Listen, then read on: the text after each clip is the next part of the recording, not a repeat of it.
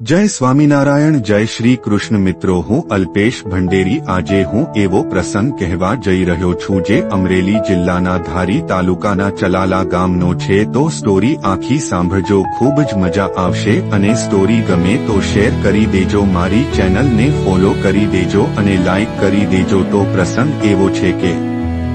અમરેલી જિલ્લાના ચલાલા ગામે 200 વર્ષ પહેલા દાના બાપુ નામના એક મહાન સંતે દયા દાન અને સેવા જેવી મૂલ્યોની અમર સરવાણી વહાવી આણંદ પર ભાડલા ગામમાં કાળા ખાચરના ઘેર દાનાનો જન્મ થયો ને બાળપણથી જ એ બે આંખે અંધ હતા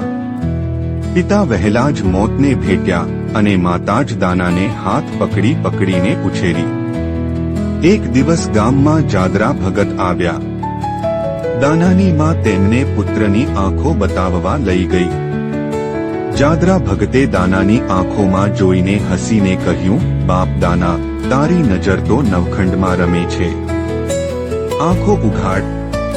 અને ચમત્કારની જેમ દાનાની આંખો ખુલી ગઈ આ પળે જ દાનાએ સંસાર છોડવાનો નક્કી કર્યો અને જાદરા ભગતના પગલે પગલે સંન્યાસ ધારણ કર્યો ગુરુની આજ્ઞાથી દાના બાપુ ગાયોની સેવામાં તલ્લીન થઈ ગયા માંડવના ડુંગરોમાં દિવસરાત ગાયોને ચરાવતા ઈજાઓ સાજી કરતા તેમને નવડાવતા ગૌ સેવા તેમનું જીવન બની ગયું એક દિવસ એક છોકરી ભારે રોગથી પીડાતી જોવા મળી દાનાએ દિલથી પ્રાર્થના કરીને તેની માથાની દુર્ગંધ ભરેલી ઘાવને 3 વાર ચાટી દીધા અને થોડા દિવસમાં એ છોકરી સંપૂર્ણ સાજી થઈ ગઈ દાના બાપુએ પછી સદાવ્રત શરૂ કર્યું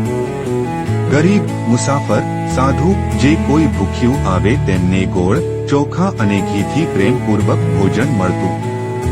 અજાણ્યા સ્ત્રોતમાંથી અનાજના ગાડાઓ રોજ તેમની જગ્યાએ આવી પહોંચતા જાણે સ્વયં ઈશ્વર સેવા કરવા ઉતરી આવ્યો હોય ભવનગરના ઠાકોરે મશ્કરી કરવા માટે મોકલેલું લાકડાનું નાળિયેર પણ દાનાની કૃપાથી સાચું નાળિયેર બની ગયું આ ચમત્કાર જોઈ ઠાકોરે દાનાને જમીન આપવાની કોશિશ કરી પણ સંતે નિર્લોભ ભાવથી સ્વીકારી નહોતું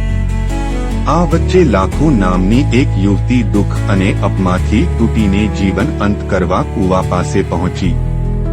એ પળે દાના બાપુએ તેનું હાથ પકડી લીધું અને કહ્યું દીકરી ઠાકર તને સંભાળી લેશે આ જગ્યા તારા માવતરનું ઘર છે લાખોએ દીકરાને જન્મ આપ્યો ગીગલો દાના બાપુએ જ તેને ઉછેર્યો અને એ જ ગીગલો પછી ગીગા ભગત તરીકે પ્રસિદ્ધ થયા અંતે પોષ વદ 11ના દિવસે દાના બાપુ શાંત સમાધિમાં લીન થઈ ગયા પરંતુ તેમનો પ્રેમ તેમની દયા અને તેમની સેવા આજે પણ ચલાલા ધામમાં કણાની જેમ વહે છે